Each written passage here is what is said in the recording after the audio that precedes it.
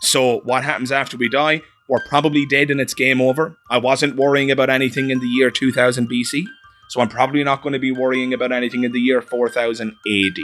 Non-existence doesn't frighten me. Dying frightens me. There's lots of unpleasant ways to die, but death, when I'm extinguished, when I'm gone, that doesn't frighten me at all. In fact, that sounds just fine. Hello everybody, you are listening to the Magic Skeptic, aka Magic Dara, and you are very welcome to another episode of A Magician's Thoughts. So today I'm going to jump back into one of my favourite topics of conversation, and that is, of course, atheism.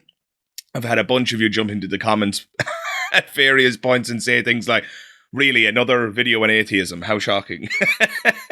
Well, guys, you know, I just have to be honest. I am an atheist, I love being an atheist, and I love discussing atheism and the arguments for God's existence and so forth. And it would seem that I'm not the only one who feels that way.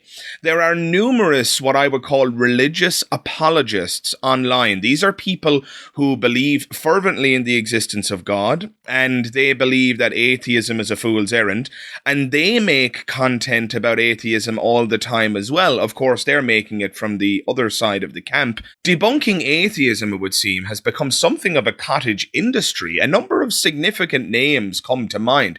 People like William Lane Craig, Lee Strobel, and Frank Turek, to name but a few. And on this platform, YouTube, there are a number of significant and successful YouTube channels, again, that come from the theistic side. Mere Christianity and Justin Brierley's channel come to mind. Again, these are amazing channels, and the names I've mentioned, they're all amazing and charismatic thinkers and speakers. I don't perceive these people as my enemy. They're just people with whom I have an honest disagreement. They think God exists, and, you know, I'm not convinced about their claims, which brings us to the topic of this video. Recently, while researching objections to atheism, I encountered a website called Whole Reason. And on this website, I found an article titled 10 Questions Atheists Can't Answer Well. And so I thought it might be fun to make a video addressing all 10 questions and seeing if indeed I, an atheist, can answer these questions. Now, truth be told, I have read them in advance of making this video, so this isn't the first time I've seen these questions. And the reason I read them is not because I was worried that I wouldn't be able to answer them live on camera. As you will have seen in one of my most recent podcasts, I had Brian O'Neill, a lawyer and historian, on, who was asking me questions about atheism, and all those questions were done live. So please don't have any doubt, dear listener. I have no problem with defending atheism live and in the moment. Rather, the reason I read these questions was because I anticipated a flaw that I would likely find throughout the questions. And indeed, I did find that flaw. So before I jump into these questions, I want to clear something up before we go any further, so that I don't have to address it again and again throughout the questions. I'll be able to just refer you back to this point in the conversation. And the point of order or clarity is this. And this came up in my conversation with Brian recently as well. If you're interested in that conversation, the thumbnail reads, Lawyer Puts Atheism on Trial. And that's precisely what Brian did in that video. And I might add, he did a very good job of holding my feet to the fire there. But if you listen to that dialogue, you'll hear the same mistake occur there that occurs in these questions. And the mistake is this: the assumption that atheism is in fact a system of belief. But atheism, guys, is not a belief system. It just isn't. Atheism is a single belief on a single issue.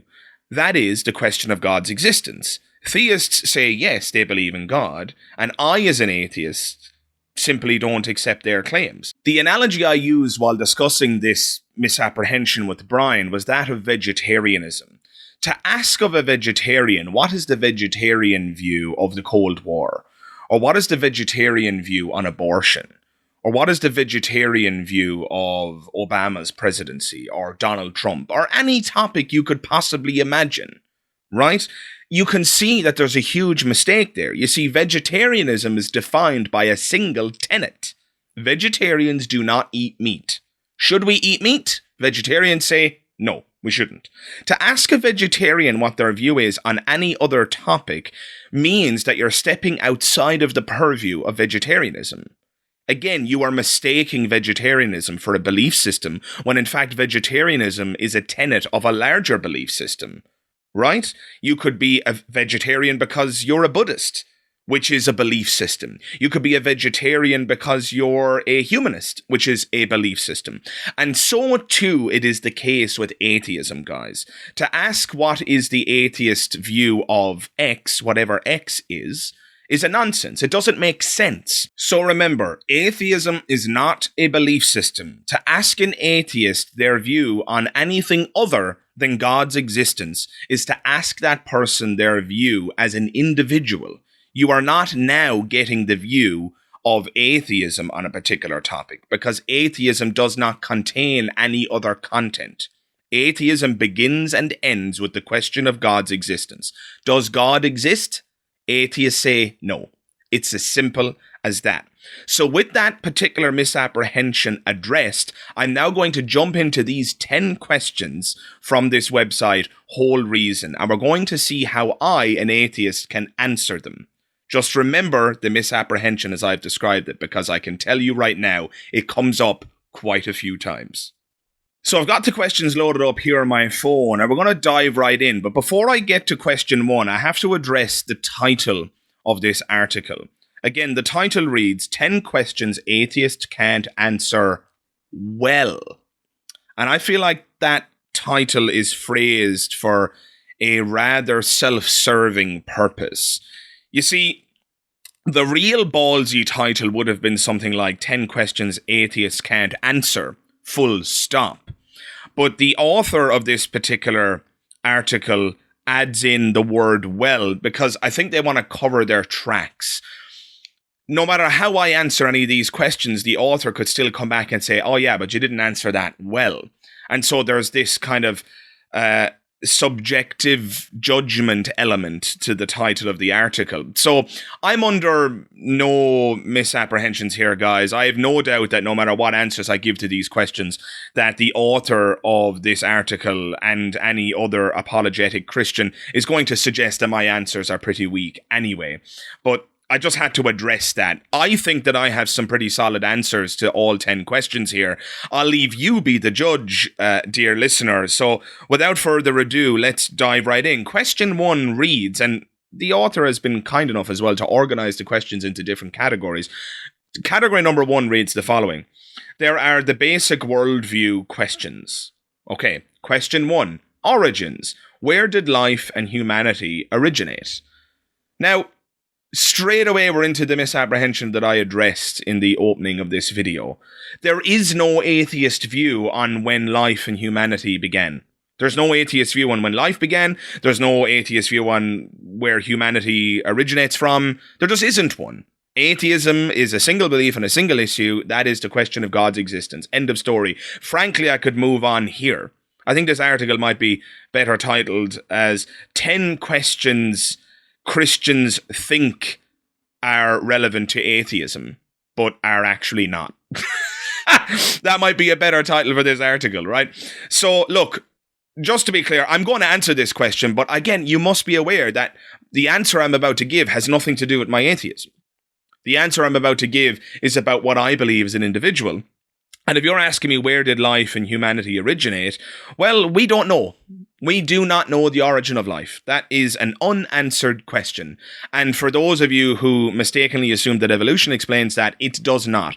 Evolution has absolutely nothing to do with biogenesis, the origin of life. Evolution merely explains how life proliferated and how it produced various species and so on, speciation, and why there are a plethora of species on this planet. That's what evolution explains. It has absolutely nothing to do with the origin of life. The origin of life is, at this point in time, a mystery to the scientific community. But just because there's a mystery doesn't mean that God explains that mystery. If that's what you're going to suggest, you are engaged in the most rudimentary of God of the gaps argumentation. You're inserting God into a gap that we have not yet filled with scientific progress, knowledge, and so forth. So, look, the answer to that question, which I'm sure the author of this article would say, well, you didn't answer that question very well, did you? Well, I'm sorry that I don't know is anathema to your point of view, but I am intellectually honest. And so I'm not going to pretend that I know things that I do not know. I'm not going to pretend or maintain that I have a relationship with the creator of the fucking universe. Right?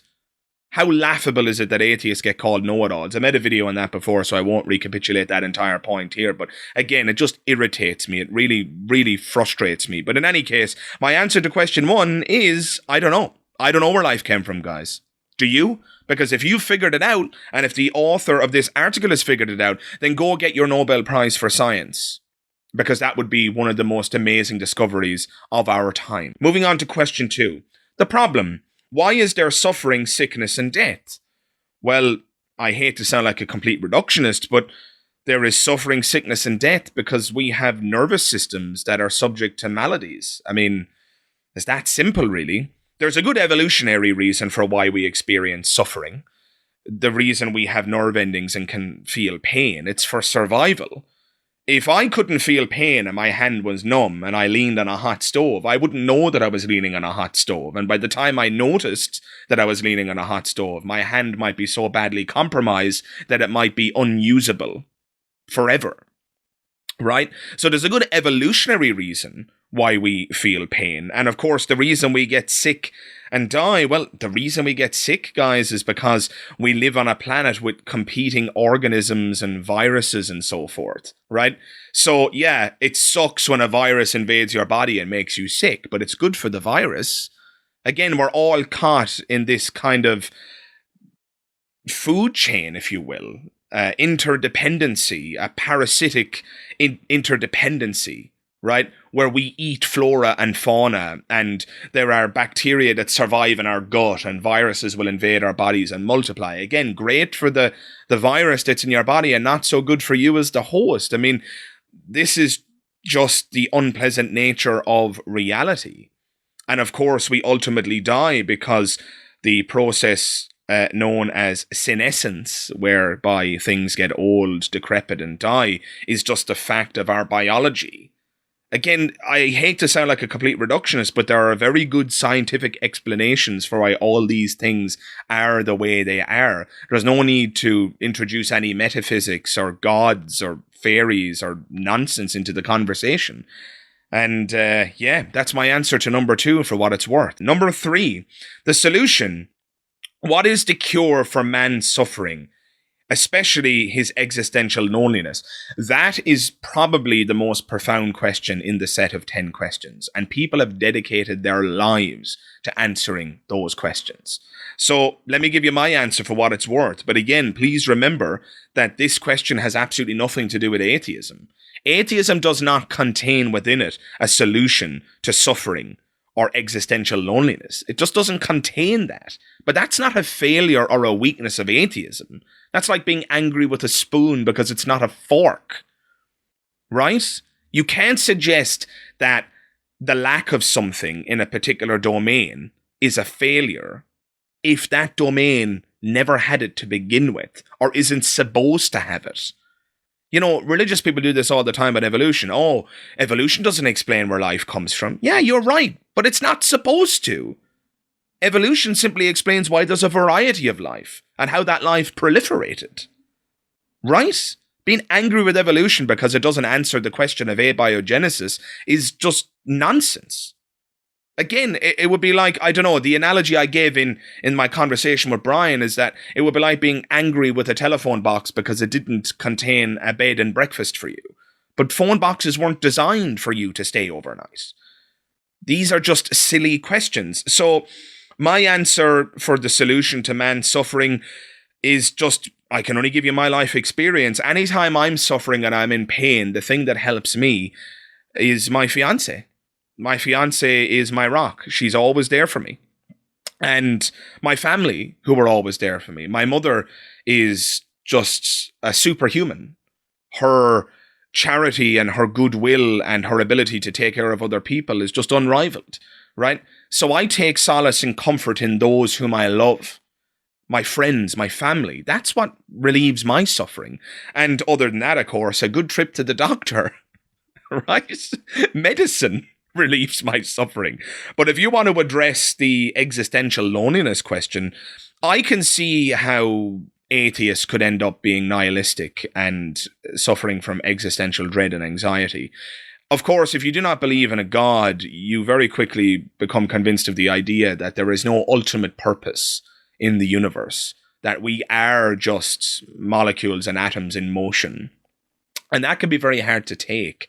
But I'm convinced that the reason that we experience existential angst and loneliness is because most of us are raised with these religious ideas to begin with, so that if and when we lose them later in life, it feels like the carpet is being pulled from beneath our feet. I'm convinced, personally, that were I never given the religious indoctrination in the beginning, I wouldn't be suffering from the existential angst that I sometimes experience. Because if I had never been given that hope to begin with, there never would have been a loss later on. So it might be an unsatisfying answer to the author of this article, no doubt, but my solution to existential angst and loneliness is to quit with the indoctrination parade. Stop telling children that they're going to get eternity in heaven and see all their loved ones again, and setting them up for a failure later in life when some of them, if not many of them, will ultimately discover that it was all a farce. Right? This is very, very simple psychology. Don't tell your child that they're going to get a new toy at the end of the week and then not give it to them, because then they will experience a loss, even though they never had it to begin with. By not telling them the lie. Now, I shouldn't say a lie, that's a kind of a straw man, isn't it? I mean, religious people who convey these ideas to children, 9 times out of 10 believe them sincerely. But that's only because they were indoctrinated as well. If only they could see, in my view, the error in their ways, they wouldn't tell these things to children as well. And so, look, that is my answer. For what it's worth, that is my answer to question 3. Let's move on to question 4. And now we're moving into the next category of questions. Questions of meaning and value. Number 4. How does an atheist assign meaning to human activity? Is all meaning subjective, or do some activities have self-evident and objective worth and meaning? If so, what are these activities, and how do you arrive at, I'm assuming that's meant to be how do you arrive at their value? So again, we're stepping outside the purview of atheism. Atheism does not address the question of meaning. It simply doesn't. But I'll give you my answer as an individual. I'm personally convinced that meaning is subjective. I am a nihilist. I don't believe that there's any objective meaning, intrinsic meaning. There's no meaning out there to be found. Meaning is a subjective experience, and people experience it differently, and people experience it depending upon their interest and their hobbies. So I derive a great deal of meaning from making these videos and conversing with you guys in the comment section. That really fulfills me and gives me a great sense of meaning. Other people would be bored to death if they were doing what I'm doing right now and making these videos. Other people derive their meaning from, I don't know, carpentry. Other people derive their meaning from dancing. Other people derive their meaning from doing mathematics. People derive their meaning from doing different things. I derive meaning from my relationship with my fiance, my relationship with my family, my relationship with my friends. But all that meaning, they're just subjective experiences in my mind. Now, they are experiences that are objectively occurring in my mind. So it's a fact that I'm having these subjective experiences, but the experiences themselves are still subjective, right? They're just a product of my taste and my brain chemistry. And again, it would be different from every other person. So yeah, I don't think there's any objective meaning in the universe. I'm not convinced of that. I'm, you might say, something of an existential nihilist. I'm not convinced that there's any objective meaning. So I think that addresses that question. Now, if you disagree with me and you think that there is objective meaning in the universe, I'm open to hearing arguments for objectively existing meaning. Again, I'm not denying the fact that it's objectively true that human beings experience meaning, but the meaning that people experience is what's subjective. A good analogy for this is that my favorite color is pink. Now, it is a fact that the thought, my favorite color is pink, is occurring in my head. But the fact that pink is my favorite color is still just a subjective opinion. So it's a fact that that thought is occurring, but it's still a subjective belief that I hold. And the same is true as far as I'm concerned with meaning. It is a fact that we all experience meaning. That's objectively true, but the meaning itself is subjective and dependent upon the individual. So that's my answer for what it's worth. Question 5 then. Are humans of more intrinsic value than animals? Why or why not? So sure, yeah, I think humans are more valuable than animals. Absolutely.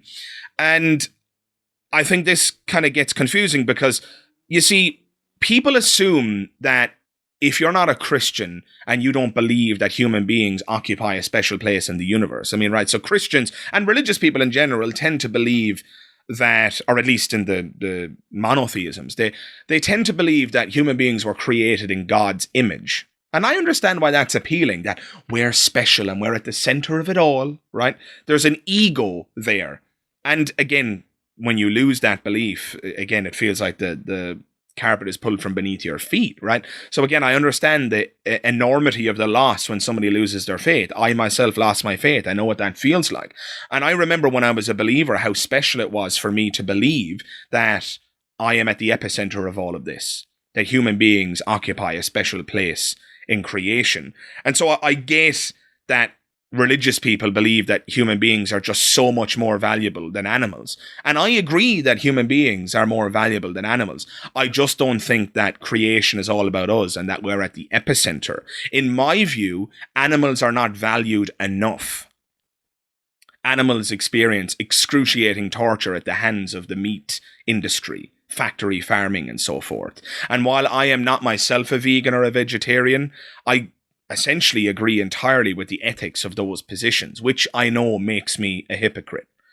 Alex O'Connor, or Cosmic Skeptic, puts it well. It's not a question of whether or not human beings and animals are worth the same, or it's not a question of whether or not animals are as valuable as human beings. It's a question about whether or not animals are as valuable as human taste buds. Because if you look at the treatment of animals in factory farms, you couldn't but come to the conclusion that what you're witnessing is a monstrosity. It's a monstrosity. I, for one, can't wait for the introduction of cloned meat, which is something that's on the horizon. Memphis Meats is a company in the United States that's currently involved in this endeavor. The problem is, last I checked, a meatball of cloned meat costs $10,000. But like all technologies, the price of that will come down and I will eventually be able to eat ethical meat that will taste identical to the real thing, but it just won't have involved the slaughter of an animal. So I'm waiting for that. Now, that probably still means I'm an immoral thug because I'm just going to continue eating real meat until then. And, you know, if you are a vegan or a vegetarian and you have some advice for me to help me make that transition, I would very much appreciate it because I have tried a couple of times and failed, I have to admit. But yeah, in answer to the question, are human beings more valuable than animals? I think yes, we are, but not so much more valuable that we can justify immiserating, torturing, and brutalizing animals. So look, that's my answer for what it's worth. I hope that makes sense. Moving on then to question 6. How does an atheist determine what is moral or immoral, right or wrong? Is there any objective standard or principles? And again, we come back to nihilism. So guys, it might not be very satisfying for a lot of you to hear, but I am a moral relativist. I'm not convinced that there's any objective morality. I used to believe, as Sam Harris claimed, that there is in fact objective morality and that right and wrong are objectively existing things, that something is objectively wrong, factually wrong, or something is factually correct or right or moral. I get objectivity when it comes to the sciences. It is a fact that 1 + 1 = 2, but it's not clear to me that it is a fact, for example, that killing someone is wrong, or that it is a fact that killing someone is right. That to me is a bit ambiguous. And so I won't go entirely into my moral philosophy here. That's probably deserving of another video. But no, in answer to question 6, I do not believe that morality is objective. I think it is subjective. And when it comes to moral questions, for me, I can only just give you my opinion. Do I think that killing innocent people is wrong? Of course I do. I just can't demonstrate that that's objectively true. But perhaps I'll address that in a video. If you want to see a video where I address more fully my moral views, where I address my moral philosophy, I can do that, no problem. Just jump into the comments below and let me know. But no, in short, I don't think that there's any objective standard or principles. Please notice that by alleging or asserting that God exists doesn't give you an objective standard either, right? Is morality objective because of what God commands? I mean, is that what you're suggesting? Are you a divine command theorist? Does that not make morality arbitrary? If God commanded that killing innocent babies was good, would that make it good? Because that strikes me as morally monstrous as well. It goes back to the Euthyphro dilemma. Is what God says good because God said it, or is it good because God is appealing to an independent standard?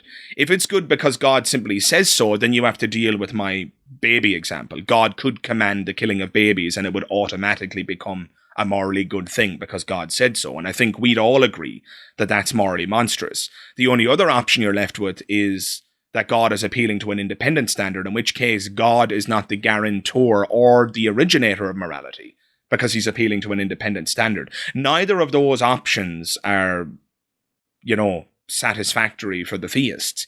And I'm aware that there are some acrobatic responses to those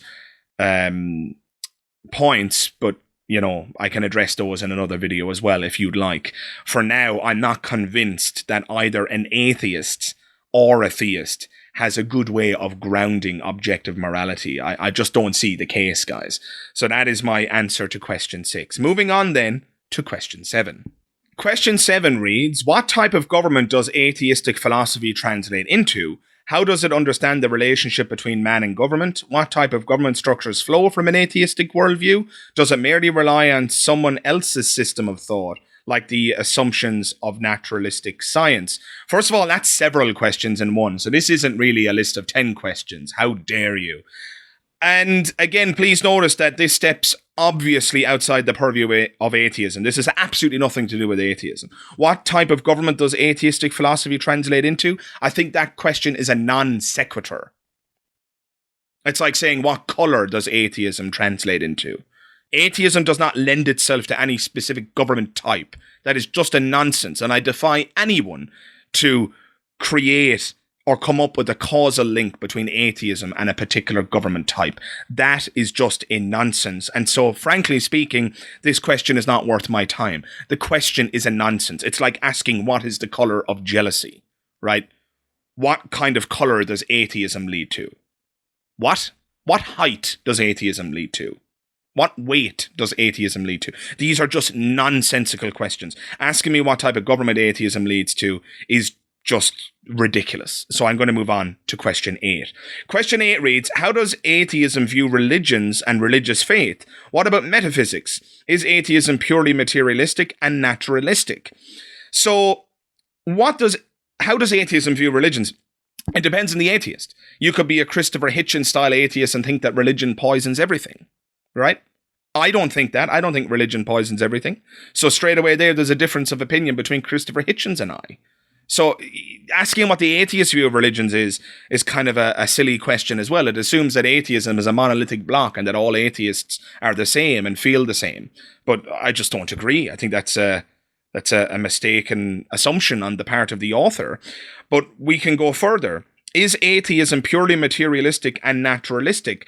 Just very quickly here on philosophy, naturalism is the view that all that exists is the natural world, physical matter, molecules in motion, etc. Whereas the theistic worldview, of course, includes a metaphysics of sorts. God exists beyond space and time. There is a metaphysical element to the worldview of theism. Atheists do not believe in a God, but that doesn't commit atheists to naturalism. You could be an atheist in that you don't believe in God, but you might still believe in reincarnation, right? Which is a metaphysical belief. Reincarnation does not require that a God is real. You could be an atheist and believe in ghosts. Again, that's a metaphysics of a sort. So guys, this idea that atheists are committed to naturalism is just not true. Of course, the reason the author tends to assume this and phrases the question this way is because they're setting up a false dichotomy. What they're assuming is that metaphysics, i.e. the Christian God, is real, or it isn't. They haven't at all considered for even a second that there are other metaphysics on offer, right? And another point worth considering here is that I'm not a naturalist. I don't believe in ghosts or reincarnation or anything like that, but that doesn't tie me to naturalism. I'm not convinced that all that exists is the natural world. My worldview is best described as methodological naturalism. So I simply act as though all that exists is the natural world, but I'm totally open to being convinced otherwise. If somebody has compelling proof of ghosts, or if somebody has compelling proof of some other metaphysics, like a god or reincarnation, then I will cease to be a methodological naturalist. I will then believe that not only does the natural world exist, but also a metaphysical reality. I'm only a methodological naturalist. I'm not committed to the idea that all that exists is the natural world.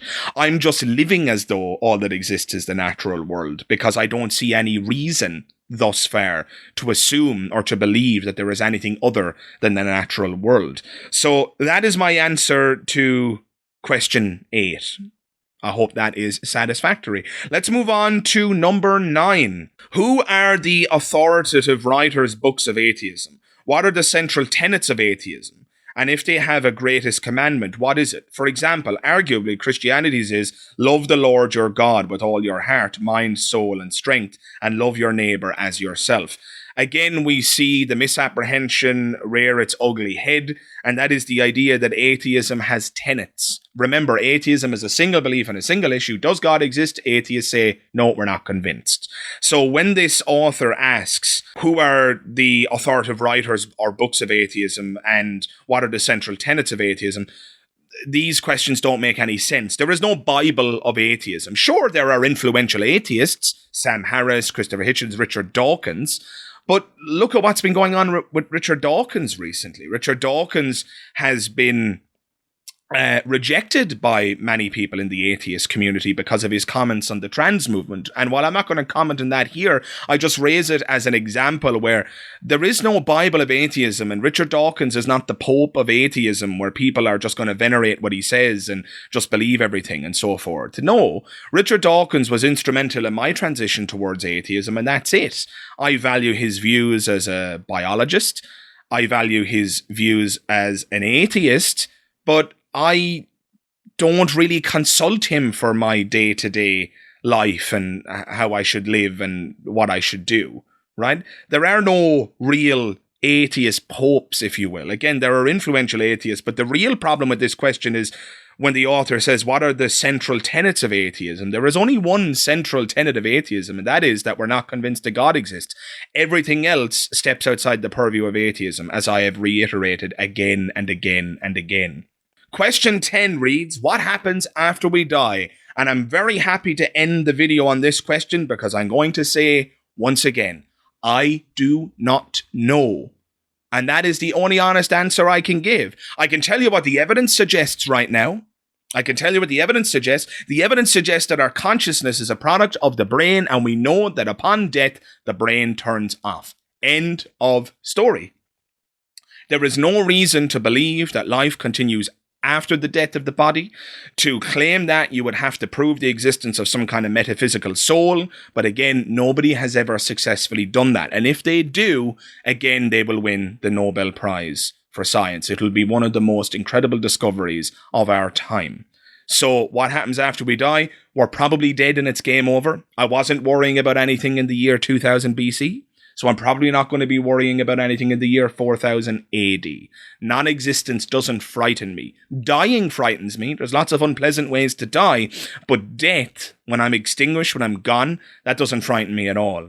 In fact, that sounds just fine, right? I'm very much in agreement with the Buddhist line of thinking on this topic. The idea of living forever and going to heaven. I've made a video on this, so again, I won't recapitulate the entire argument here. But suffice to say, the idea of an eternally existing heaven, that just strikes me as torturous, if I'm being brutally honest. In any case, yeah, I do not know, but if I was forced to place a bet, I think that when we're dead, we're gone, and that's it, game over. And for those of you who find that to be a hopeless and unpleasant answer, who told you that the universe owed you any hope, right? That might be an unpleasant thing to consider, but it is what it is, guys. And on that note, we've reached the end of the video. How would you have answered these 10 questions? If you would have answered them any differently to me, jump into the comments below and give me your answers. I would love to hear them and have a back and forth. Do you think I could have done any better with my answers to the questions?